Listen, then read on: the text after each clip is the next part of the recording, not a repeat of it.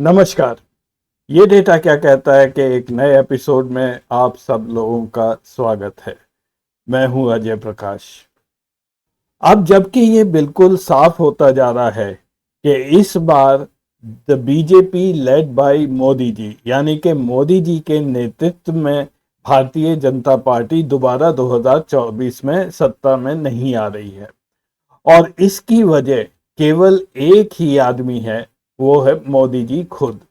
इनकी वजह से बीजेपी 2014 में सत्ता में आई थी और इनकी वजह से ही 2024 में बीजेपी सत्ता से बाहर हो जाएगी।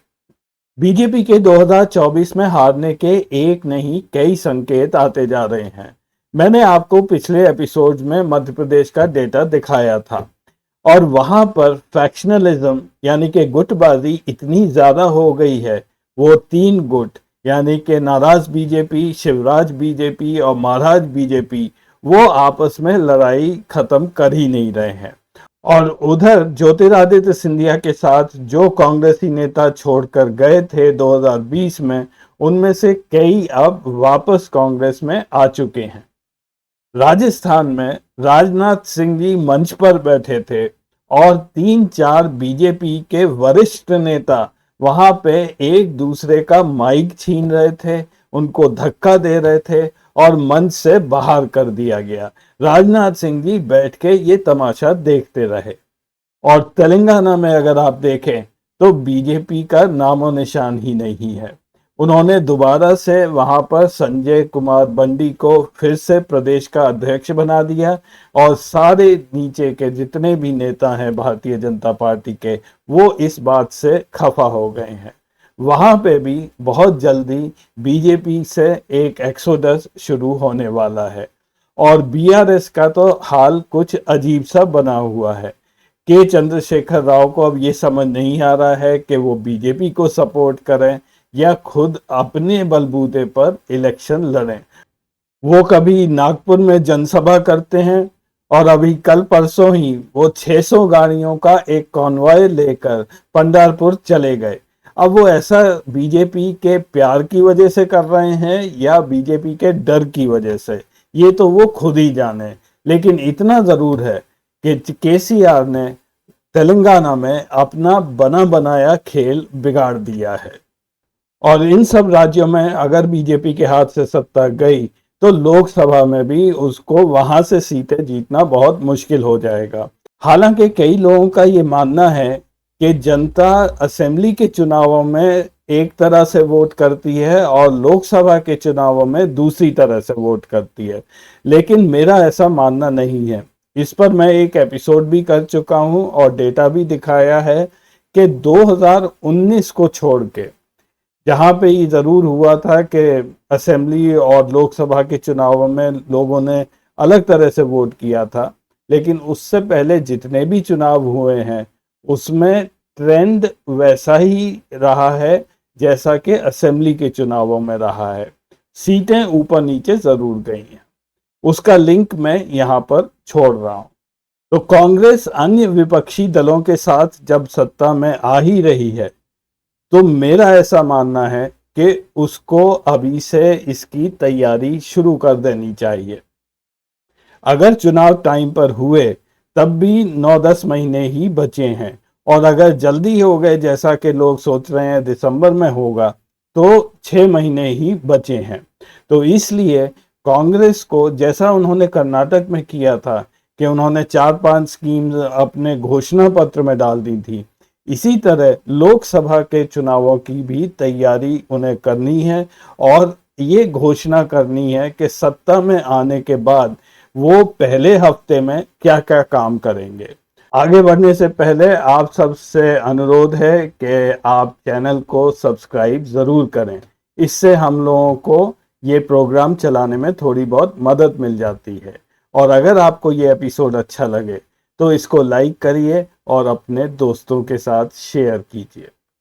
तो मेरे हिसाब से जो 5 निर्णय, 5 डिसीजन जो सबसे ज़्यादा इम्पॉर्टेंट हैं, जो कांग्रेस को लेने पड़ेंगे, वो मैं आपके साथ शेयर करूंगा। और इन 5 निर्णयों के अलावा जो हमारे देश में एक नेशनल मूड वो एक उग्र मूड बना हुआ है।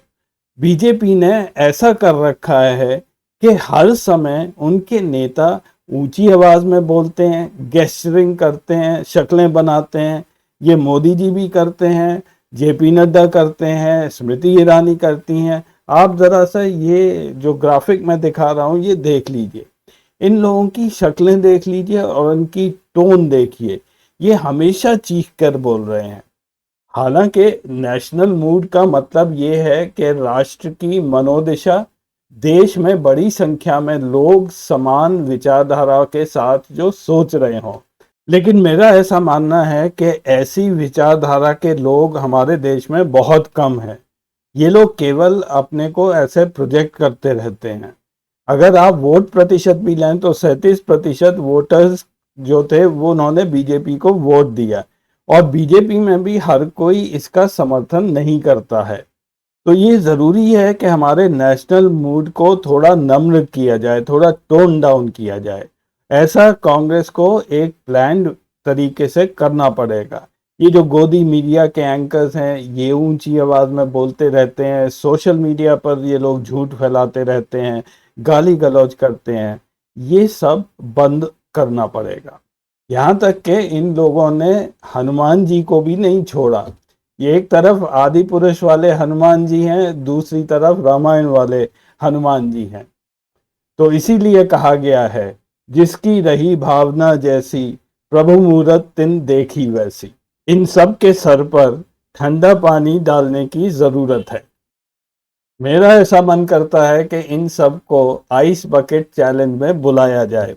इसके बारे में मैं यहाँ बात नहीं करूँगा, आप नेट पर इस चैलेंज के बारे में पढ़ सकते हैं। अब मैं बात करता हूँ उन 5 मुद्दों की। सबसे पहला मुद्दा है प्लानिंग कमीशन का। प्लानिंग कमीशन को दोबारा से बहाल करने का, यानी return of the planning commission. ऐसा अब जो जानकार लोग हैं उनका मानना है कि क्योंकि हमने प्लानिंग नहीं की है, इससे जो नीचे गरीब तबके वाले लोग हैं उनका सबसे ज़्यादा नुकसान इस देश में हो रहा है। आप सबको याद होगा कि मोदी जी ने आकर 2014 में प्लानिंग कमीशन खत्म कर दिया था और उसकी जगह नीति आयोग बनाया गया था। लेकिन नीति आयोग का जो पर्पस था वो कुछ और है। हमारी जितने भी अभी गवर्नमेंट ऑपरेट कर रही है वो एक अनप्लान तरीके से कर रही है। इसीलिए क्योंकि कोई टारगेट किसी चीज का नहीं है, वो कभी भी कुछ भी बोल देते हैं। हर चीज एक ऑपरेशनल लेवल पर आ गई है, जो कि एक स्ट्रैटेजिक लेवल पर होनी चाहिए थी। उदाहरण के तौर पर पहले बात हो रही थी 15-20 वंदे भारत गाड़ी चलाने की, और एकदम से मोदी जी को कुछ याद आया, उन्होंने बोल दिया 200 या 230 वंदे भारत चलनी है। तो सारा रेलवे तबका अब वंदे भारत गाड़ियां चलाने में लग गया है। ये अनप्लान्ड तरीके से हो रहा है। एक और उदाहरण देख लीजिए मनरेगा के बारे में। वर्ल्ड बैंक ने ये कहा था और रिकमेंड किया था कि मनरेगा पर जीडीपी का 1.6% खर्च करना चाहिए भारत को। जैसा कि आप सब जानते हैं, मनरेगा में हमारे रूरल इलाकों में जो गरीब लोग हैं उनको भारत सरकार 100 दिन की एम्प्लॉयमेंट प्रति वर्ष हर आदमी को ये गारंटी करती है। तो ये एक सोशल सिक्योरिटी बनी हुई है गरीबों के लिए कि अगर वो किसी और तरह से अपना काम ना चला पाए तो मनरेगा के अंदर जाके वो काम करने लगें तो कुछ पैसा उनके पास आ जाएगा। जरा इस ग्राफ पर ध्यान दीजिए। ये यहाँ येलो बार्स में मनरेगा पर जो खर्चा है करोड़ रुपए में वो दिखाया है, और ऊपर ये जो लाइन है ये है कितना प्रतिशत ये खर्चा बनता है हमारे जीडीपी का। तो यूपीए 1 में इस बात को मनमोहन सिंह सरकार ने काफ़ी सीरियसली लिया और हर साल के बाद वो मनरेगा पर खर्चा बढ़ाते गए, और ये पीक किया था 0.57% 9-10 में। उस समय एक इकोनॉमिक डाउनटर्न भी आया था, और फिर यूपीए 2 के दौरान दूसरी समस्याएं भी थी। उन्होंने पेट्रोल और डीजल पर काफ़ी सब्सिडी बढ़ा दी थी, तो मनरेगा में ये खर्चा कम हो गया था। मोदी जी जब आए तो उन्होंने पहले साल में मनरेगा का खर्चा कम करके 0.29% किया, फिर औसतन करीब 0.32, 38, 35 इसके लगभग मनरेगा का खर्चा बना रहा। 2020-21 में जब कोरोना आया तो ये जबरदस्ती मोदी सरकार को इस पर खर्चा बढ़ाना पड़ा। उसके बाद निरंतर ये कम आता गया है और इस वर्ष के बजट में ये न्यूनतम लेवल पर आ गया है 0.2% पर। अब क्योंकि कोई पंचवर्षीय योजना है नहीं, तो इस पर कोई आर्ग्यूमेंट नहीं हो सकता है कि मनरेगा पर प्लान्ड खर्चा कितना था और सरकार उस पर क्या खर्च कर रही है। दूसरा इश्यू मेरे हिसाब से है इलेक्टोरल बॉन्ड्स का, जिनको इमीडिएटली खत्म किया जाना चाहिए। ये 2018 में इंट्रोड्यूस किया था मोदी सरकार ने और तब से जनवरी 2023 तक इसमें 12,000 करोड़ के करीब के बॉन्ड्स ये बिक चुके हैं। ये बॉन्ड सरकार इशू करती है, कोई भी इसको खरीद सकता है, इसमें किसी का नाम नहीं होता है। आप किसी भी पॉलिटिकल पार्टी को ये दे सकते हैं, ये बेरर बॉन्ड्स होते हैं और उस पॉलिटिकल पार्टी को 15 दिन के अंदर इस बॉन्ड को एनकैश कराना होता है और अगर वो ऐसा नहीं करते हैं तो ये बॉन्ड फिर prime ministers national relief fund में ही जमा आप कर सकते हैं। अब यूं तो इलेक्शन कमीशन को इस पर एक नज़र रखनी थी। हर पॉलिटिकल पार्टी जिसको इलेक्टोरल बॉन्ड मिलते हैं उनको ये इलेक्शन कमीशन को डिक्लेयर करना होता है, लेकिन मैंने इलेक्शन कमीशन की साइट पर देखा, वहाँ पे कोई भी पार्टी ये डिक्लेरेशन नहीं कर रही है और इलेक्शन कमीशन चुप बैठा हुआ है। दूसरी चीज़ ये भी है कि ये बॉन्ड्स किस पार्टी को आप दे सकते हैं ये भी निर्धारित किया गया था, लेकिन इम्प्लीमेंटेशन नहीं हो रहा है। किसी भी इनएलिजिबल पार्टी को भी ये बॉन्ड्स दिए जा रहे हैं। इसका मतलब ये है कि कल को हम 5 लोग मिलकर एक पॉलिटिकल पार्टी बना लें और फिर करोड़ों रुपए से इलेक्टोरल बॉन्ड हमें मिलते रहें, इनका कोई हिसाब नहीं होगा, किसने दिया नहीं पता होगा और ये कहाँ खर्च होगा वो भी किसी को नहीं पता होगा। मेरे हिसाब से तीसरा पॉइंट है उन लोगों के बारे में जो कि पावर में आते हैं और उनके खिलाफ पहले के कुछ सीरियस ऑफेंसेस होते हैं, सीआरपीसी केसेस लगे होते हैं। वो पावर में आते ही अपने अगेंस्ट जितने भी केस हैं वो विड्रॉ करा लेते हैं या फिर वो अदालतें उन्हें एक छोटी सी हियरिंग करके एक्विट कर देती है। उससे पहले ये केसेस सालों चल रहे होते हैं, कई हियरिंग्स हुई होती हैं, लेकिन उस पर निर्णय नहीं लिया गया होता है। ऐसा योगी आदित्यनाथ ने भी किया है, अखिलेश यादव ने भी किया है। तो इसके बारे में भी कांग्रेस सरकार को गंभीर रूप से सोचना पड़ेगा। हो सकता है इसमें से कई केस पॉलिटिकली मोटिवेटेड हों, तो इसके लिए एक अलग से अदालत बनानी चाहिए जिसमें जल्दी से ये हियरिंग करके इन केसेस का डिसीजन लेना चाहिए। और कई केस अगर राजनेता के खिलाफ जाएं तो कानून के हिसाब से अगर उनको अपनी सीट छोड़नी पड़े या लोकसभा से रिजाइन करना पड़े या चीफ मिनिस्टरशिप छोड़नी पड़े तो ये भी वहाँ पर उस नए रूल में क्लियरली मेंशन कर देना चाहिए। चौथा इश्यू मेरे हिसाब से है ये जो एजुकेशन में सिलेबस और टेक्स्ट बुक्स बदलती जा रही हैं, इसके लिए ये बंद होना चाहिए जिस तरह से बीजेपी ये काम कर रही है।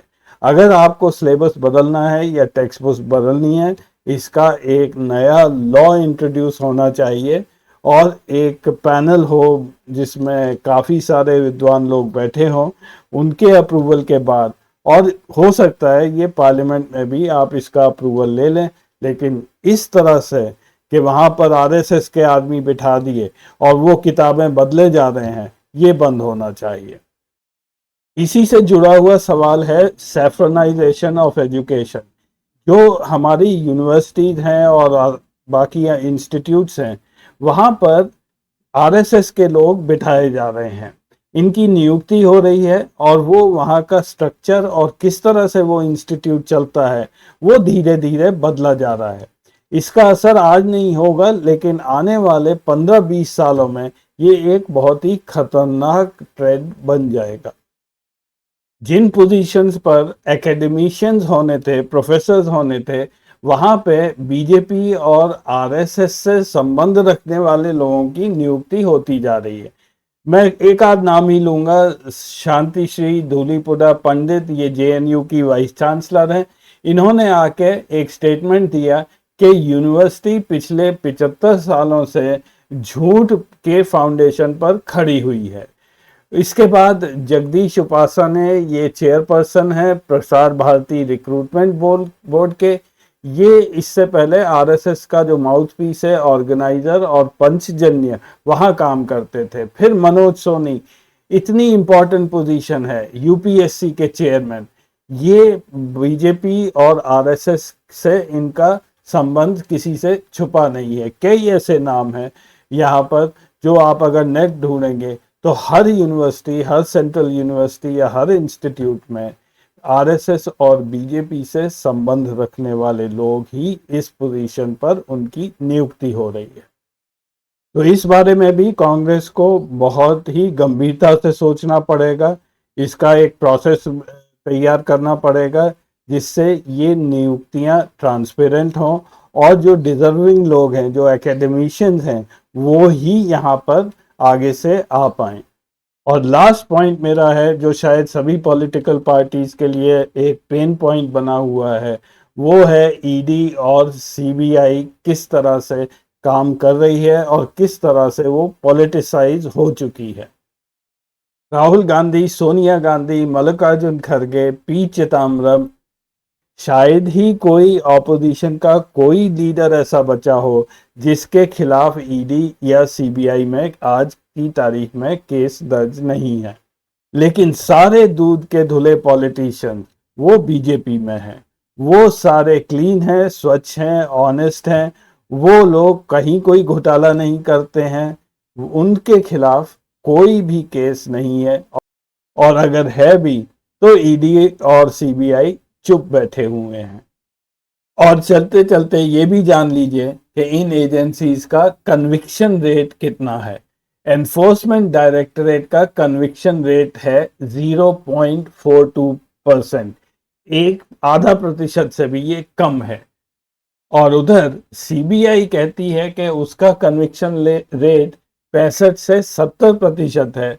लेकिन आकार पटेल, जिन्होंने एक आर्टिकल लिखा है आउटलुक में, उन्होंने सारे सीबीआई के केसेस एनालाइज किए और उनके हिसाब से सीबीआई का कन्विक्शन रेट 3.96% ही है।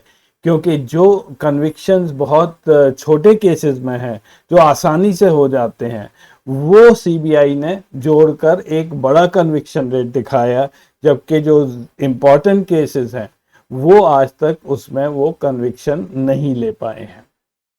तो मेरे हिसाब से कांग्रेस को अभी से इनके बारे में सोचना है, इसका डॉक्यूमेंटेशन बनाना है और तैयार रहना है। आते ही सत्ता में पहले 5 दिनों में ये 5 निर्णय लेना बहुत ज़रूरी है, क्योंकि उस समय जब सत्ता बदल रही होती है तब एक अच्छा मौका होता है कि आप एक जल्दी से स्ट्रक्चरल चेंजेस कर दें, जिससे कोई इस पर कोई शोर शराबा नहीं उठे। जब तक लोगों को समझ आएगी तब तक गाड़ी निकल गई होगी। तो आज के एपिसोड में बस इतना ही। अगले हफ्ते फिर मिलेंगे कुछ नया डेटा लेकर। तब तक के लिए नमस्कार।